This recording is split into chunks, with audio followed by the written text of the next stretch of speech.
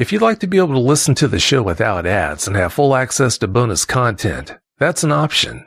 To find out how, please go to dogmanencounters.com/podcast.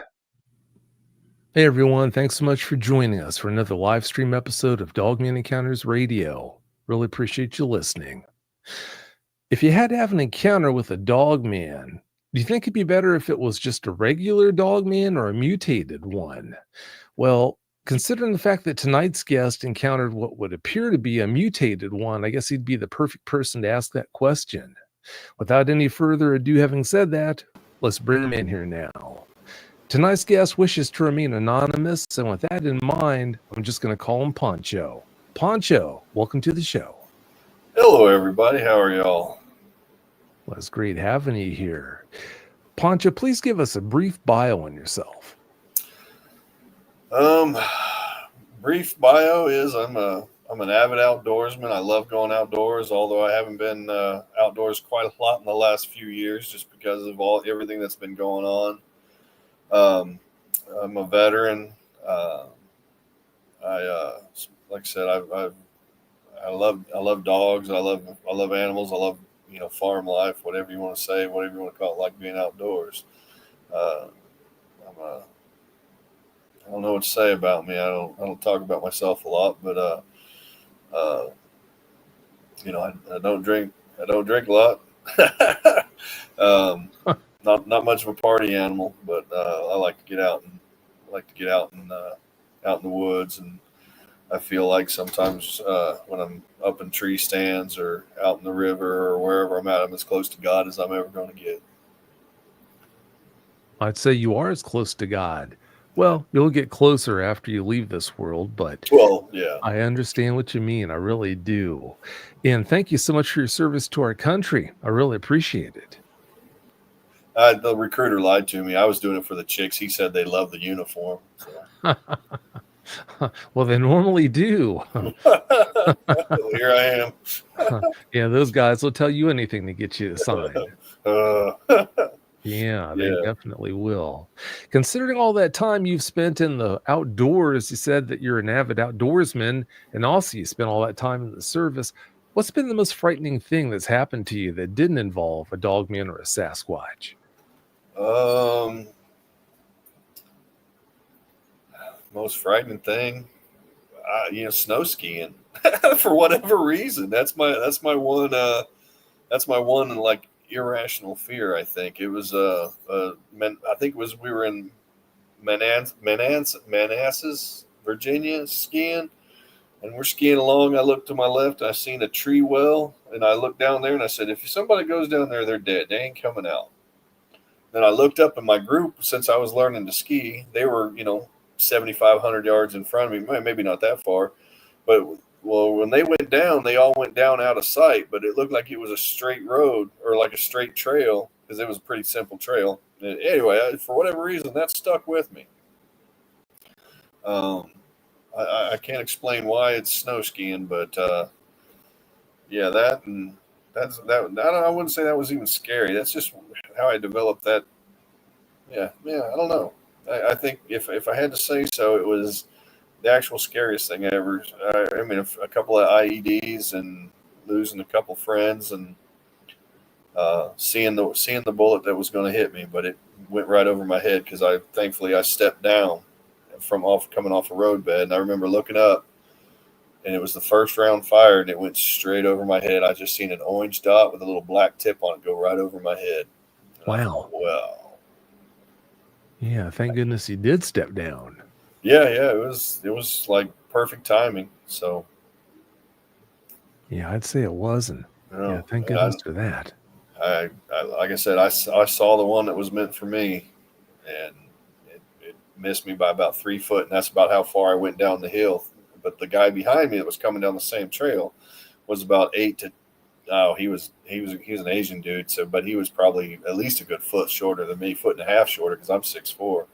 So, but yeah, we went right over his head too. I just turned around and said, "Did you see that?" He said, "Yep." I said, "Well, get down." Anyway, long story. Wow. Yeah, that sounds like good advice to me. Yeah.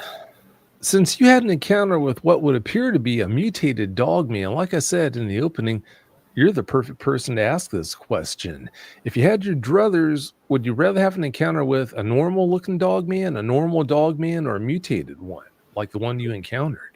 The one I saw, because it wasn't scary. I mean, there was nothing scary about it. There was no like, I didn't see any exposed teeth. The you know the its face or its muzzle. Hey, not to But interrupt you there, Poncho, but yeah, hold on to any details about that guy until after okay, I ask you to okay, tell us about your encounter.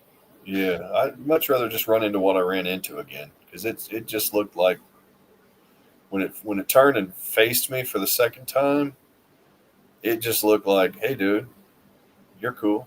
Or it loved me or something. I felt like once I got after about a half a second of looking at it, I just thought, whatever that is, it doesn't mean me no harm, you know.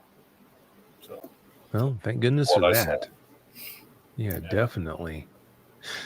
In our first conversation, you said that your dogman encounter didn't leave you traumatized, and you just explained why. Does that mean that you're open or even hoping to have another encounter with the dogman, or maybe even that same one, or are you good?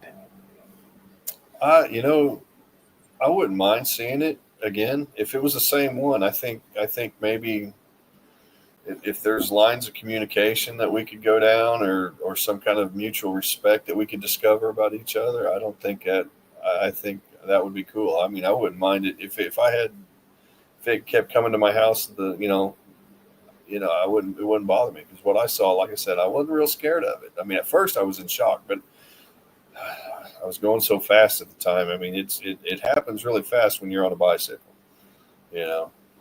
But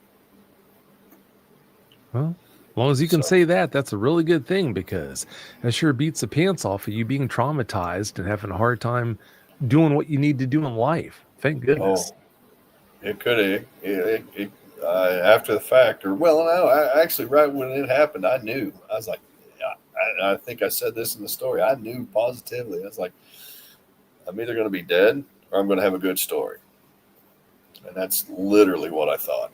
But I think I thought it's either going to kill me because its arm's going to come out and just grab me as I go by, or I'm going to have a good story. Yeah, well, you're right about the second part. You do Yeah. have a good story. And speaking of that, let's get to it now. Please tell us all about that experience. Give us every last detail that comes to All mind. right. I had just moved from Oklahoma up here to Missouri. My family's got some land down south here, south of where I'm living now, and uh, so I'd been in this area before, but back in the mid '80s, and it was just to play Ghost in the Graveyard with some uncles and cousins of mine, not uncles, but cousins of mine, and I'd been in the area down there at the Greenville, the lower Greenville, or what they call Old Greenville State Park / campground now. Um, I've been down there, but when I was down there, there was no paved trails. The campsites weren't there. It was just all trees. There was like a little playground and what have you. But the cousins being so much older than me, they all kind of just went their way and kind of left me, I didn't get much Ghost in the Graveyard. Now there is a military cemetery there on the facility in the campground, and there's Tomb of the Unknown Soldier not maybe 3 or 4 miles away, and then down on FF Highway is where my grandfather lived, which is the south side of the St. Francis River. Um, so I knew the area fairly well, and once I got my feet on the ground underneath me here where I'm living now, I decided one weekend to go out there back out there because I heard that there was a bike trail out there, and I just, I mountain bike with my dog. I was training Sabot to, ride with me, and on, paved trails perfect. So we go down there one weekend, and we were driving down there and get down there, and as we get to the park, um, I realized that there's some signs out that says, "Hey, campground's closed. Park is closed." Da da da da da. And I'm thinking, yeah, whatever. So I get on the trail. I put all my gear on and whatever. Now, mind you, it's January. It's cold out. It's like the first, if not the second week of January. It's cold out, and had a lot of snow and a lot of melt off and a lot of rain and what have you in that month, and so there was a lot of water going on. And I got on my bike. We rode the trail and rode all the way into town. Rode into the Midway Cafe. Had something to eat. I think that day I can't remember what I had now. Burger and shake or something. Or I always get a chocolate dip cone because that's where one of my uncles. We used to go there all the time when we'd go to our property. We'd stop by up there. We just would go driving back roads, and we'd end up out there. We'd always get a soft dip cone, and so that was that week. And then I thought, well, I'm going to work with Sabot some more, and I'm going to come back next weekend. So the second weekend, we get up a little earlier, or it wasn't early, but it was earlier than the last time, the week before. And we're probably pulling in that place it seemed like it was at least 9 o'clock, 8:30, 9 o'clock in the morning. We were pulling in, maybe later. I didn't check the time, but if anybody goes down to the Greenville, that area, there's there's a river access point. It's got a boat ramp, a lot of parking. It's nice and spacious. It's part of there's like an old ferry site there where you could cross the river on a boat, on a raft. There's some history there. There's part of there's an old Civil War skirmish took place on the property. There's a Trail of Tears went right through old Greenville back in the day. They, one of the sad event. Oh, I can't believe that stuff's happened. Anyway, but as we're going down that road, I'm going down and I'm driving, and all of a sudden I feel like something happened. It's just like all of a sudden I'm 10 seconds ahead of where I should be, because I just all of a sudden I'm farther down the road than I should have been. I thought, well, what the was that? What sensation?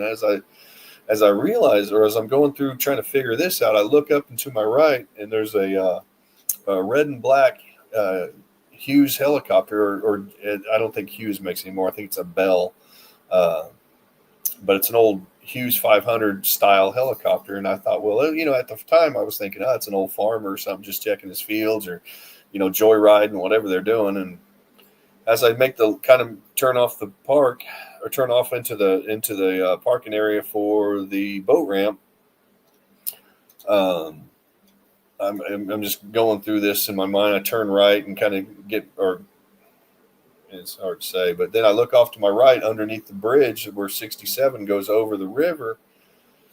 I look down there, there's some vehicles down there. Well, I go park, and I realize, being that I used to work for the Corps of Engineers, there's 2 Corps of Engineer police vehicles, 2 state game warden vehicles, and a pickup truck with a trailer and a big fuel tank on it. And I'm sitting there thinking, I didn't know it was a fuel tank at first. And there were some ATVs as well, but I just remembered, oh, well, I'm here. I'm not going back. I mean, it's almost 2-hour ride down here. I'm going to jump back in, or I'm going to get my stuff on. And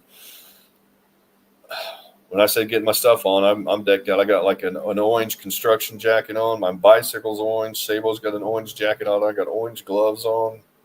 It's, January. I'm not going to get out in the woods and not wear orange, right? And but I think, these guys are over in the main parking lot, over by where the playground is and the bathrooms and all that, and probably so they could warm up and get out of the weather or whatever. But anyway, there's a trail that goes off, kind of on the north side of the park, and I took that trail and I rode right back at them. They didn't wave, they didn't look, they didn't yell at me, they did nothing. And I get down there, and I remember I took the right-hand turn, and then there's a little trail. You can either go straight through the campground, or you can go right, and there's an old they got a trail that basically cuts through the old town of Greenville, where there's some old foundations and sidewalks and street signs, and there's a few park benches, and not park benches, but chairs and seating and stuff that you go by. And I'm cruising down there and just, going to ride the same trail I rode the weekend before. And I go down there, and there's I get on the trail, and I'm cruising now. Also, and I don't know if I mentioned this on the last time I told the story. I have a Bluetooth speaker on my bicycle that I'm just blasting. I like to, and for whatever reason, I like to blast, in tribal or American tribal Indian music, drums, what have you. And So I'm blasting that as loud as that speaker will go, and I'm going down this trail. I get all the way down to about, I would say, let's just call it the halfway point, where there's a Y in the trail. You can go left and you go over to the St. Francis River, or you can go straight and go into Greenville.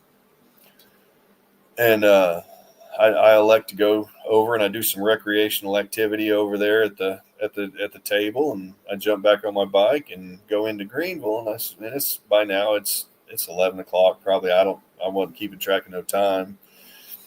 But I eat something, grab another cone or whatever it was I ate, and get back on my bike, and I get Sabot straightened out, and we get across the street. There's a Dollar General. There's a little, not surplus store, but like a what do you call it? A hardware store, and then a bank. Well, I pull up to where the sidewalk kind of ends there at the bank, and I'm letting Sabot off, and I look down at him.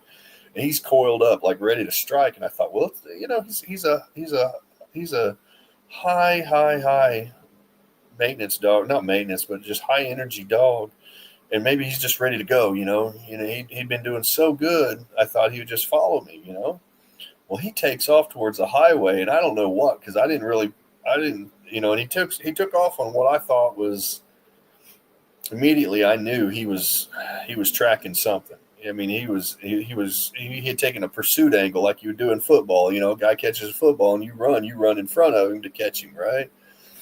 And he was on some sort of a pursuit angle, and I was just, what the heck are you doing? So I'm yelling for him, and I kind of ride up the trail towards there, and there's a tunnel that goes underneath the highway.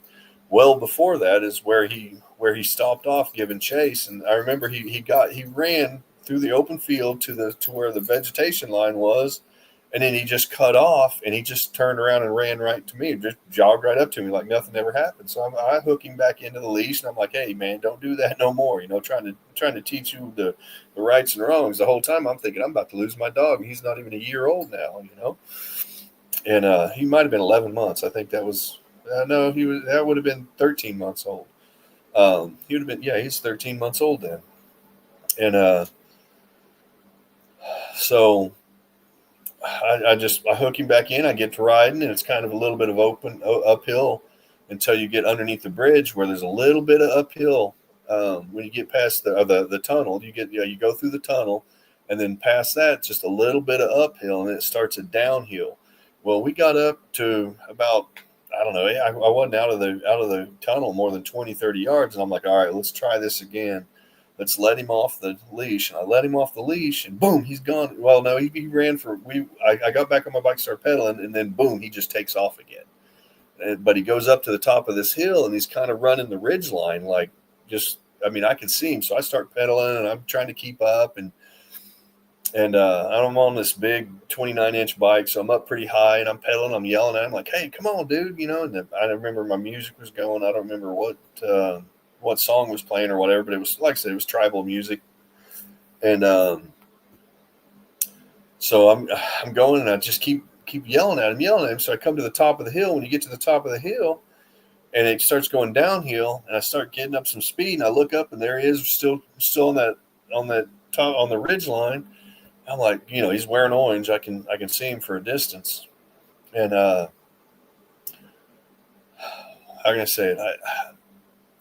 I just look forward, and as I'm coming down the straightaway, I look up on this hill where it kind of he's on this ridge line, and then there's a little saddle, and then it comes up to this next hill, and it goes up again, and then there's another ridge line, but that ridge line kind of runs left and right in front of me, and if you follow that ridge line right across it, it would like create an imaginary line across it. It will cross my trail again where I'm riding my bike. And I look up, and I see this big, just hulking gray object, and I'm thinking, what the? And when I saw it, I didn't know what to think. I just thought, whoa, and because it looked like, to me, I imagined that it had just come to a stop, like it was running away from us, and then did a 180-degree turn. And when it did it, it looked like it literally like planted its left foot, picked up its right foot, and pivoted on its right foot, but kind of raising its knee up, and then it turned and let that leg down, stopped, and it like it was looking for Sabot, because he had a bell on too. He has a bell on his leash all the time, so he might have been looking at that or seeing that, because on my bicycle, he might not have, I don't know if he saw me or heard me or what it was, but he looked over at Sabot, and I thought, oh crap, he's going to eat my dog, or whatever. And then it looked and it saw me, and I said, what is that, kind of deal. And then it made a left face, did a 90-degree turn to the left. And when it took off, started running, picked up its one leg. It was just like a train, just like a steam driven piston, just and it took 3 good steps before it actually got moving at a decent speed. But once he got going, I was like, oh, and at the whole time I'm thinking, what, and I also thought as soon as I saw it and it started turning and everything, I thought, well, that it's smooth. I don't see any texture to it. There's no, it looked like an old mid 80s jogging suit, like gray jogging suit. So I'm like, is that a jogger? If that's a jogger, there's nobody jogging over 7 foot tall. That's, all these things are going through my mind.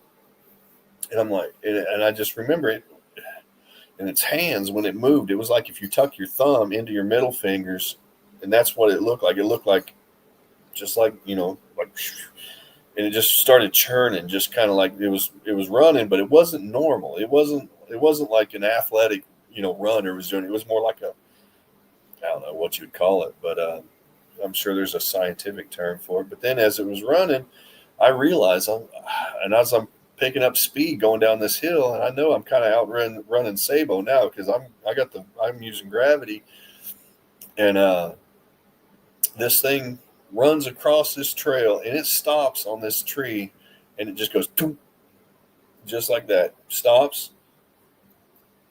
And I look at it and I see its face now, and I see it, and all I can tell is its muzzle isn't long like most dogs. It isn't short like a pug. It's somewhere in between, kind of, I would say, kind of like a mountain lion cougarish length, just not pug, not full muzzle. And it had like inverted triangle, patch of black. And then when I first saw it, I thought it had a hood on with like a set of headphones on, which would make it a little bit bigger than its face and everything. But it looked like it was just wearing a hoodie. But it was kind of, I don't know, just kind of bigger than what it just made it look like it was big ears or something. But it wasn't. It was. I don't remember seeing ears so much as I saw that hoodie, the shape of the hoodie. So it crosses the road, and it looks at me like that, and I get half a second, and that's where I thought, oh shoot, this thing is either it's gonna reach out from behind that tree, it's gonna take me off the bike, and I'm dunsies. And I thought to myself, I said, I don't care, I'm just gonna pedal faster, I'm gonna pedal hard. And at this point in my life, I don't care. I just was ready to. I knew for a fact I was either my life was gonna end right then and there, or I was gonna have a great experience or a story to tell. And it did this like I call it a dip out. Like people say, hey, I got to dip, like I got to leave. It just kind of took it kind of just like when its hands was like this, it just kind of lowered its hands, took a left step behind that tree where I couldn't see it no more. And it wasn't 2 or 3 seconds later, I was not more than 5, at the most 8 feet away from where it was standing. And I looked over my shoulder as I passed by it, still speeding, and it's gone. Now, mind you, when I say it took that left step, everything to the left, it's an old railroad grade through there. Everything to the left of that, where he stepped, which would be my right, is downhill into water because of all the rain, the melt off, and just the high water levels. There was 8-10 inches of water down there. I didn't see anything down there. Nothing was moving, nothing was running. So I stopped. I wasn't 30, 40 yards from where I passed that tree, and I stopped, and I'm calling for Sabot now, and he's running down that hill. I mean, he was right on it. I know for a fact he was chasing whatever that was. I mean, I'm saying it's a dog, man. Now that I've had some time to reflect on it, I started looking for after the fact. That's kind of how I got involved with some of the other programs that I what led me to you. Was doing a little research, and I thought Nephilim. I learned of the Egyptian. Can't even think of it now. But anyway, so I thought Sabot came down the hill. I'm kind of spazzing right now. But Sabot came down the hill and he ran right up to that tree where I saw him last, him or her, and he came up to that tree and then he turned off. Now Sabot, when he's on, and when he's off, And I knew it's like a switch flipped on him. He was like, "Oh, I'm done," and he runs right to me, and I hook him in, and I'm thinking, I stop and I probably sit there for, I don't know, 2-3 minutes at the most, going, all right, if this thing's going to jump out from behind the tree or bring its family in, I didn't know what was going to happen next. I was prepared for it. I didn't go for my gun. I was just pretty much just like, I can't believe I just saw that, and at this time I'd been seeing a lot of stuff, a lot of UFOs, and I had a previous experience 3 months before, and we won't get into it just yet, but that was something else. And I pedaled my bike maybe, I don't know, it's 40-50 more yards, and it goes up a little hill, and there's a table there, park table, and I think the trash can's since been moved or gone, but there's a park table there, and I just sat there for, I don't know, 15, 20 minutes, 30 minutes, just trying to soak all this in and figure out what I was going to do next. And I guess, me being me, I thought, I'm by myself. I'm not really ready to get in the woods. That thing was big. Whatever I was going through my mind then, that just was ready to get out of there. So I loaded him up and we got out of there. And as we're pedaling back, we go past those Rangers again, and they're just, and now I'd heard the helicopter on the way back, but I didn't see it. But the helicopter was landed there, so I assumed, oh, well, it's the state doing something, and pretty sure they were hunting hogs, but I didn't know. So I just kind of passed them up. I wasn't going to talk to them. I'd do the same for Bigfoot. I was like, you know what, before I tell anybody what I just saw, especially when I know these people are armed, because they were using a pretty high-end Benelli shotgun, 12-gauge shotgun, that I saw the second time I saw the helicopter. I know that they were using a Benelli shotgun, not the first time, because I didn't see any guns the first time. But so I went to my truck from there and just trying to kind of soak all this in and get out of my, because I got this really cool set of coveralls I like. I'm taking them all off, and it was no sooner than I'm done getting ready to get in the truck and get out of there, a Nissan, I want to say it was a Titan, a maroon Nissan Titan, pulls up, and a lady gets out, and she's like, "Hey, what's going on?" And I remember just kind of being me, and I was like, "Oh, hey, I got nothing much. I just turned the conversation into me. I was like, yeah, I got a good job. I drive a nice truck, kind of like, what you doing? Like, hey, kind of flirting with her a little bit, in a cute little way. And then the guy that gets out of the driver's seat, and it didn't hit me because I've got so many uncles. I mean, just my mom or just my mom's side of the family. I know there's at least 22 grandkids or children of my grandfathers. I've got 22 aunts and uncles and then 4 are adopted. So there's really 26, and then we found out at least 2, if not 3, since then are children of my grandfather. My grandfather was a ladies' man, I guess you'd say, and so I had 3 grandmothers. Long story, but. So one of them gets out of the truck, and I swear to goodness, like I said, it didn't hit me at the time because it's one of the uncles I don't know very well.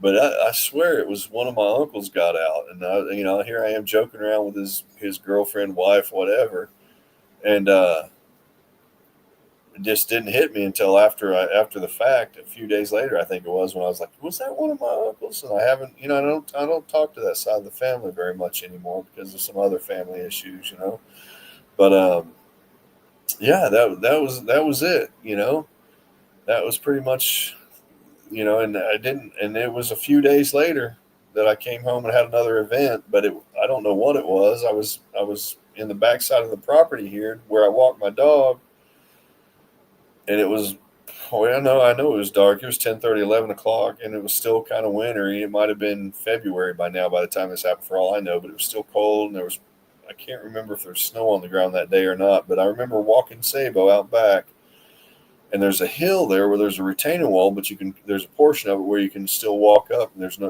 where the retaining wall ends, you can kind of walk up, and there's another parking lot there, and there's a trail where I always take Sabot. Well, this big dog goes, I mean, it was every bit as big as a Dalmatian, not Dalmatian,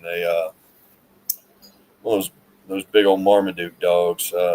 Anyway, big dog, and it just went trotting into that trail where Sabot and I go all the time. And I'm sitting there thinking, oh, the one day I don't bring my flashlight or my gun, and this happens, and I just take Sabot and we just go boop boop boop right back into the house. I was like, oh, whatever, and I just kind of blew that off, and it took me a few times to even realize that could have maybe been, that thing may have followed me.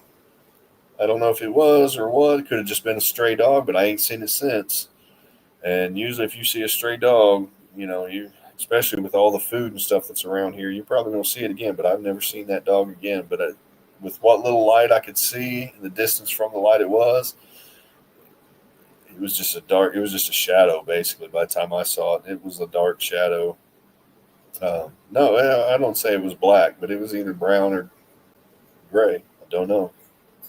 But that's pretty much my whole Dogman experience. Yeah. It really does make you wonder if the second one that you saw there was a Dogman or if it was just a big stray dog. It's really hard to say. And of course, not everything that runs around on all four legs, and this, not everything that runs around on all four legs out there that is canid in appearance is a Dogman. And we talked about that before. You're the first one to acknowledge that fact. But it really does make you wonder if it was that big, what it was. And if it wasn't as big as it was. If it was the same thing, it wasn't the same size. It was big, but it wasn't as big as what I saw that day. The first experience I had with the Dogman, it was not that big. Because this thing, I mean, it had to been, I'm gonna say 9 to, and I went back out there and kind of used the tree to kind of figure, without a ruler. I kind of maybe on the high side 12 feet. I doubt it. But I'm gonna say 9-10 foot for sure. It was pretty big, and it looked just like, if to me, when it turned to its side, and it just looked like a dog if it would put its legs up on a tree or something and stretch out. That chest was just very pronounced, very very much so like a dog, and very skinny at the waist. But it seemed like to me its legs and everything were just not in the right proportion. And then the way it took off and chugged those first 3 times, I almost thought it was wounded, or maybe in its color and its smoothness. I was just like, man, that thing was in some kind of transformational stage, like it was about to, beam me up, Scotty, or something kind of deal. And but I don't remember seeing a tail, and I don't remember seeing fur. I just remember it was literally like it was just wearing a jogging suit. Smooth, very smooth texture, and the arms weren't big and muscular like kind of like the ones that on your little picture there on the left of the screen. They were just like straight, just, they weren't defined. They weren't nothing but his back, his rear legs. Look, I mean, there was a distinct difference. They were like big and muscular and just misproportioned when it turned, and it had that leg up, and it just went chug, chug, chug. I say chug, but you get it. And but it ran through the woods. There wasn't, and I've been back there since and walked that ridge line, and there's a whole lot of stuff that slowed me down, and this thing was gaining speed. There wasn't nothing stopping it going through there. But I didn't, with the wind and the music going and everything. What's odd though, I've been back 15, 20 times since then. But now when I go through that area, I do not get a signal for my phone in that area no more. So I don't hear any music when I go through that area anymore, and I don't know why. But now almost every time I stop, and I probably can't remember exactly what tree it was. And I wish if I'd had more wherewithal about me, I would have stopped and looked for footprints and marked the tree, and all that, and took pictures. But I just wanted to get out of there. And Yeah, exactly. It was just a real eerie feeling because when you're sitting there, you think, with everything I've been through in my life, like, hey, I may be dead in the next few seconds. I kind of didn't want to die there, So, but I still now when I go back, and I don't let the experience, get to me or nothing. I go back there. I didn't go back there for a good probably 6-8 weeks after that, but um, I've been back quite a few times after that and since then. But now I just sit there and I talk to it. I don't, and there's people come around the woods on their little electric bikes, hearing me talking. 'Cause I speak out loud when I talk to them now. But I'm just like, if you're out there, I'd love to see you again, you know, kind of deal. But yeah, it was just can't explain it. I mean, it's it. it we were talking before the show, uh, I wouldn't have a problem seeing it again. I would.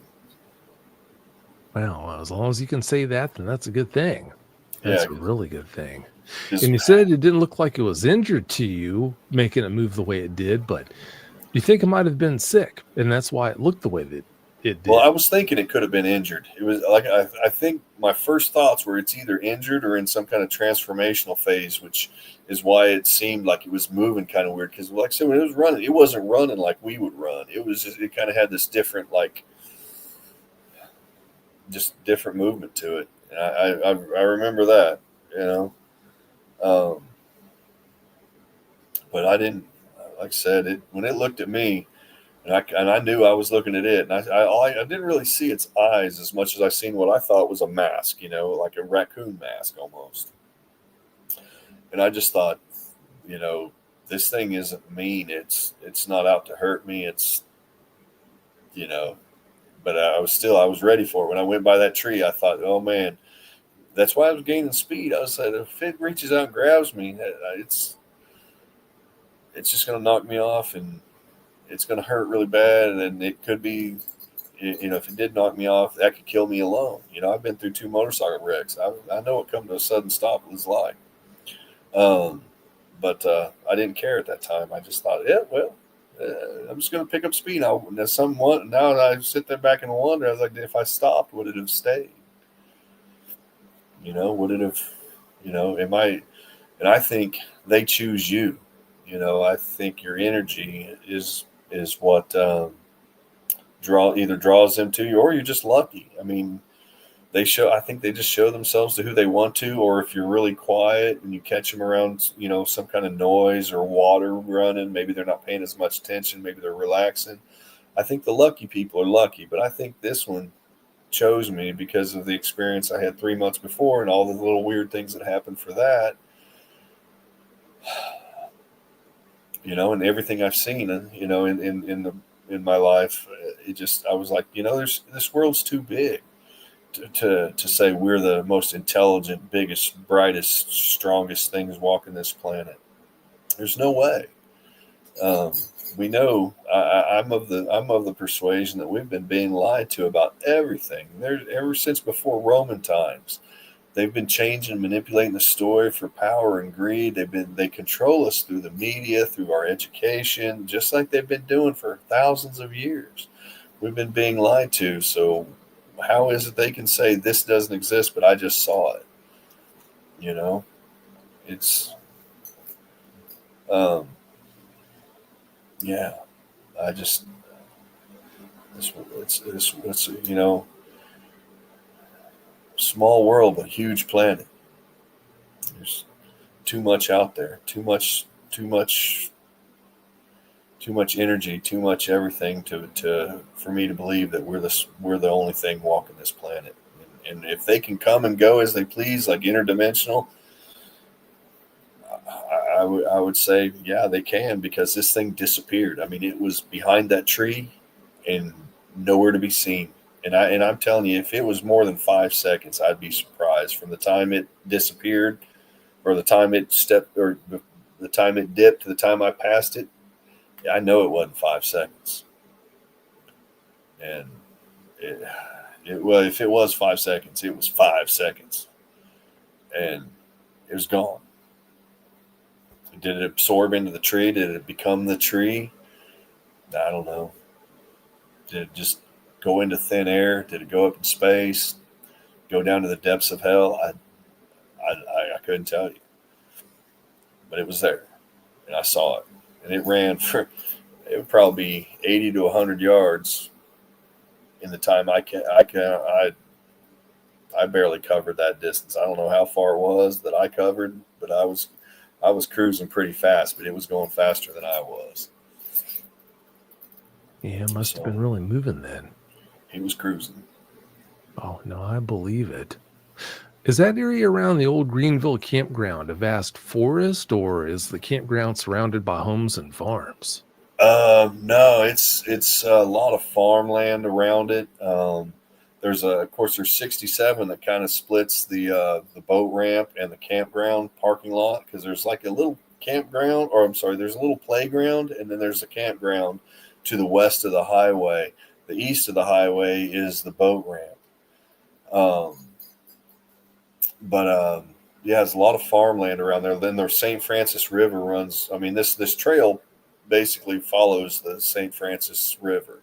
It's an old, like I said, it's an old railroad right of way that goes through there, and I highly recommend that area. If anybody's out there, got to want to go out there, it's a great trail. It's all paved, and you'll see a lot. I've seen some deer. I saw 7 deer jump the trail once out there, and it wasn't this during my experience. I went out there. It's probably 2 or 3 times after my experience. 7 deer. They didn't cross the trail. They jumped the trail. Every one of them. They come up about 4 or 5 feet away from it, and they leaped across the trail in front of me. Just pew, pew, pew, pew. It was. I've never seen a group of deer all jump the same trail. Some usually jump, some walk it, most of them walk it. But all 7 of these deer just beautiful, beautiful. I'd pay money to see that again. Just I wish I got it on film. Now I'm debating going out and buying a drone that has the follow me feature. So, and I need to put I've got uh, a car recorder, a dash cam, and everything. I need to install all that, but I'm not real good at processing video, nor do I care. Um, I'm not a videographer, but I've been through a lot in my life. I've seen a lot of stuff. If I'd have had it on video, maybe somebody would believe my story. But some of them, if even if I had this whole event on video, I don't think anybody would believe me. They'd say, "Oh, you're such a great editor. You AI'd it, or that's fake, or you had somebody in a suit costume." I ain't about that, and I damn sure ain't about to try to raise everybody's awareness to when and where this animal's at, to give them enough time to try to hunt it down. Because no, I waited months. I waited months before I told anybody, and that's how I found you. As I started doing my research, and that's what the Anubis. That's one of the first things that I researched, and I forget how I even found that, but I might have just typed in werewolf or dogman or something, and it was like Anubis. And then I started looking for paranormal or cryptid people around this area, and then I found a few groups and started. And then finally, I got. I was like, you know what? It's been enough time. It's been. I don't know. It's probably over a year by the time I told anybody about it. I mean, I yeah. I think that if they're out there, and you go to hunt it, don't be one. You wouldn't want to carry enough the amount of gun you're going to need to hurt this thing. You're not going to want to carry that around with you. I don't think there's you ain't going to be walking around looking for some cryptid with a Barrett 50 cal on your shoulder for very long. I mean, I know guys that have carried those things for miles and they don't like it. But you don't have enough gun. Don't go out there hunting them, because they're going to turn the tables on you quick. Because if you might get one, but there's more of them than there are of us. When you're out in the woods, I think that's just my personal opinion. Um, I don't believe in hunting them. Just I'm not one. I'm not even going to hunt elk. That's just too much work. I want an 80-pound doe. Give me an 80-pound doe. I'll take that. I take a couple of those over one big buck. So, um, yeah. Beautiful creature, though, whatever it was. And if it was just my mind, man, I got a vivid imagination. But there's too many people out there with these experiences, whether it be Bigfoot, Sasquatch, or, well, same thing, Bigfoot or Dogman, or, you know what? If you come up to me with a Mothman story, I didn't tell you about that. But I'm not gonna doubt you one bit on Mothman. I whether it's a moth or not, I don't know, but there's something out there that needs to. I can't. And if you tell me a story like this, and I'm never gonna tell you you're crazy. I'm just gonna say, yep, you saw what you saw. Can't argue. You can't call you crazy. You know, just don't call me crazy, even though I know I am. But I'm not that crazy. So It's a crazy world out there. It's hard to say what isn't out there, but that's something we're never going to have the answer to. Poncho, by being an old campground, does that mean it doesn't have many visitors on a normal basis, or do quite a few people head that way? it's closed down through the winter months. It has its definite opening and closing times, but the trails you can go out there anytime and ride. I think there's people out there that you could probably call, and there's that spot where I was telling you about where I went to do some recreational activities there. You could probably camp right there if they'd let you. If you approached them in the right manner and said, "Hey, I'd like to do that." They're a small group. We just want to, you know, sit out there and howl at the moon, whatever. But there is another access point on the south side of the river, not a quarter mile from. Uh, you can see it from the shore there, or not from the shore because it's a big high bank, but you can see the other boat ramp that's on the south side of the river from that location. I know you can camp there. There's no campground there per se, but there's enough room you can put a tent up. But yeah, there. I would say the traffic. There's people. There's, like I said, it's a public walking trail. It links the old town of Greenville with the new town of Greenville. And in New Greenville, there's some really neat restaurants. There's the Midway Cafe, or the Midway. It's called the Midway Cook Shack, and then there's the Trails End Cafe that actually has a Bigfoot carving out in front of it. That place has got coffee, and it's got breakfast, some really nice sandwiches, and some really great Christian people that work there. I mean, you go in there, and if you're having a bad day, you're going to leave with a smile and a full belly. That's for sure. The Midway Cook Shack is just phenomenal burgers, ice cream, fried foods, things like that. But really like 1950s style burgers. People there are really nice. I would recommend either one of those places there. And there's even a little like a hardware store there in town. There's it's not a thrift store. It's like a little small, like a miniature Kmart there. It's not Kmart, but I forget the name of it. It's got a little bit of everything: bicycles, hunting stuff, camping gear, whatever you need there. There's a supermarket, little small supermarket. It's a cool little town. I don't doubt there's 1,500 people live there. Maybe 800. I don't know what the official count is, but it's a lot of people stop through there for the recreation as far as boating and hunting. Like I said, there is a little where there was a Civil War skirmish right there. That's where you get on, where you cut off from the campground and you get on the actual trail portion. That's where that little Civil War battle happened. But it's you can go there anytime. If anybody wants to go out there, I'll meet them out there, show them exactly where this happened at.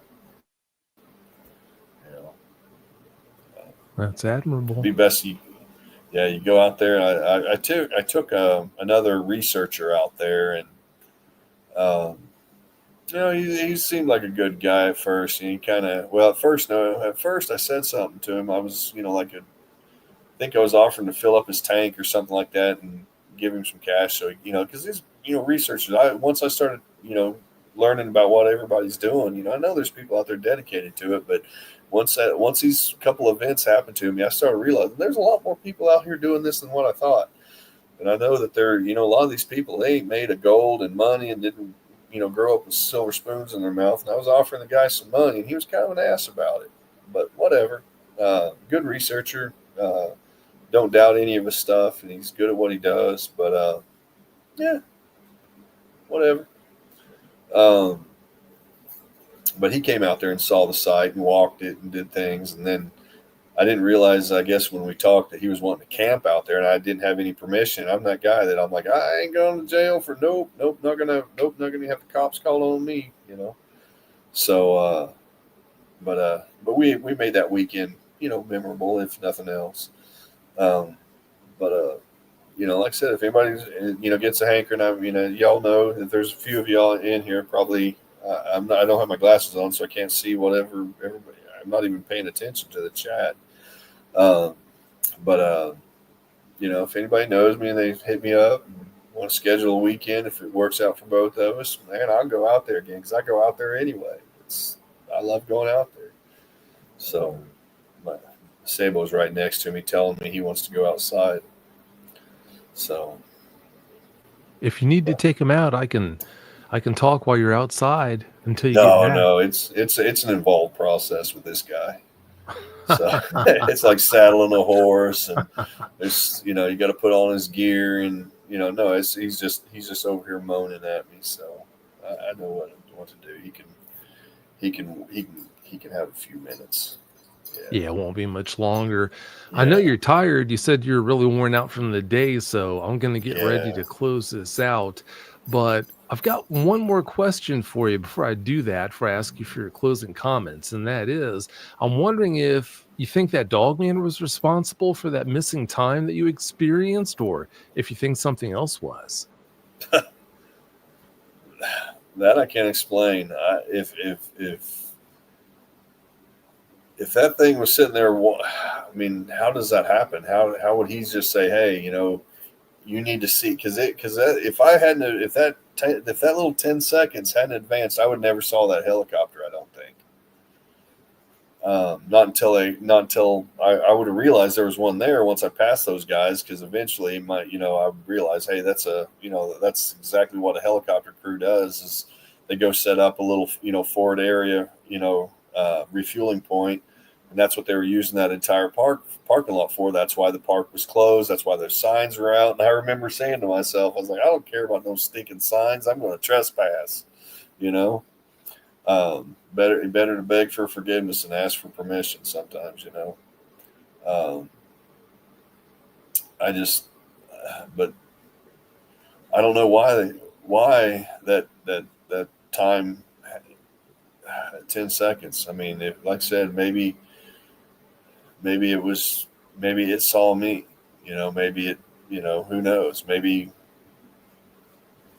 I don't know that since I was out there the weekend before, maybe it was watching me then too. I don't know. I didn't have any trouble with Sabot that weekend or anything, but who knows? I mean, I never really thought about it, honestly, but I know that I just knew it was meant to be. After the fact, I was like, yep, if that 10 seconds wouldn't have happened, maybe I would have never saw this thing. Maybe that was me and my subconscious, how, I mean, is in like manifestation, or I don't know what you'd call it, but yeah, that 10 seconds was probably the linchpin on why I saw what I saw. Whether the Dogman had anything to do with it or not, I don't know. If it was meant to be, there was an energy above us, a God or something, that was like, yeah, hey, it would be pretty cool for this guy to have this story, because that's what he needs, is for more people to think he's a weirdo and to call him names and point and giggle at him. That's what he needs. Let's let him see this stuff and see how he handles it, But I didn't overreact. I didn't freak out. I didn't cry. I didn't scream. I thought, if today's the day. Today's the day. Never didn't want to. That's not the way I plan on going out of this world, though. Tijuana, here I come. If I know I've got to go, I'm gonna go a better way. But what I saw was, I think it was meant to be for sure. Because with that 10 seconds compression, yeah, I don't know what it would be called, compression or not, but yeah, that was I think that's the only reason why I saw what I saw. Is I had to be in a certain place at a certain time, and but then again, I think, why did my dog chase it twice? You know, I know for a fact when I let him go at that bank, he was on to something. I didn't see it. He saw it, and he either saw it or sensed it, and he got on its trail. And whenever that trail ended, maybe it disappeared too. Maybe that's where. Who knows? I couldn't tell you. But he's also chased cars before. But I remember he took off running, and there was no. I didn't see any cars. I just thought, oh, I'm gonna lose my dog today, but because there was cars coming up the highway, I'm sure. And I remember one of the cars was a red truck. But yeah, just if it wasn't for that 10 seconds, I might not have seen any of this. So Yeah. I think that's the only time that's ever happened to me. And it's odd that I would remember something like that. But that's, like I said, that little 10 seconds, and then I remember I looked up as I was kind of trying to ponder what happened, and I looked up, and that's when I saw that helicopter. I thought, well, that kind of changed everything that was going on in my mind. But yeah, strange days indeed. That right there is exactly what I was going to say. That was one heck of a strange day. Well, before we get out of here, Poncho, do you have any closing comments you want to put out there for us? Really just, if you're of the paranormal belief or paranormal persuasion, that's the name of a show right there. Just keep your energy high. Just don't bounce checks. Don't go to get in bar fights. Don't go yelling at people. Don't be mean to people.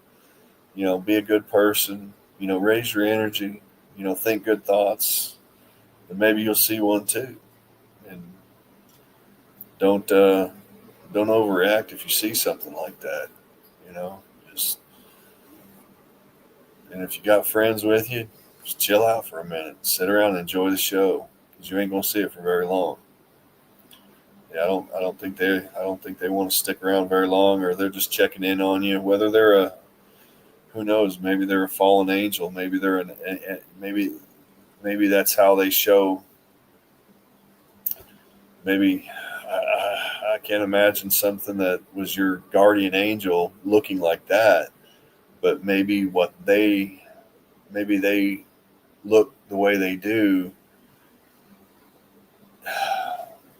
to either scare us or to intrigue us. But what I saw was not mean. It had no ill will to me. It just wanted to it just wanted to go, whatever, or check up on me if that's what it was. Maybe, I'm not saying it was a male, a dog man. It could have been a dog woman for all I know. I don't remember seeing anything that would say, woman, but I didn't see a tail and I didn't see fur. But, I thought one of the thoughts after the fact was like, maybe that was my mom checking up on me, but who knows? Maybe maybe everything I've seen is God checking in on me. I don't know. Or God's angels, or Satan's demons. I don't know. I have no clue. But I wasn't afraid of what I saw. Well, thank goodness for that. And I'll tell you what, I think I'd better get you out of here before Sabot over there drops anchor in your bedroom. That wouldn't be good at all. He drops worse than anchors, let me tell you. I can only imagine. Only imagine. But having said that, thanks again so much for coming on. We really appreciate your time and you coming on to do this. Yeah. Thank you very much for having me. Thanks to everybody in chat, and hope to see you guys, out there, in the field or even at a function. And don't be afraid if you see somebody at one of these festivals with a dog looks a lot like a German Shepherd, but he's not a German Shepherd. He's a Belgian Malinois. Don't tell him. But the DNA test should be coming in here in the next few days, but we'll find out. So, yeah, just come say hi. We'll sit around, chat, and you can buy me a beer. No, I don't even drink. I'm just kidding. But so yeah, just say hi. I'm I'm a little different in groups. Out in the real world, a little more different. A little, in chat, you might hear me joking around and stuff, but man, I don't really want to talk to anybody. I don't want to make a scene when I'm out in public, It's not what I need. It's not what I crave, But if you see me, say hi. I hope if anyone sees you out and about, I hope they do that. I really do. Yeah. But having said that, thanks again so much for your time there, Poncho, and have a great night. All right. Yep. You too. Thanks. We'll see you. All right. Bye-bye. Bye. Well, that's another one in the books. Thanks as always so much for listening. I really appreciate it. And if you've had a Dogman encounter of your own that you either need help dealing with, or if you want to come on the show and share it with the listeners, please go to dogmanencounters.com and submit a report. If you do that, then I'll be sure to get in contact with you so we can schedule a private phone consultation so I can find out what happened. But having said that, thanks again so much for listening and have a great night.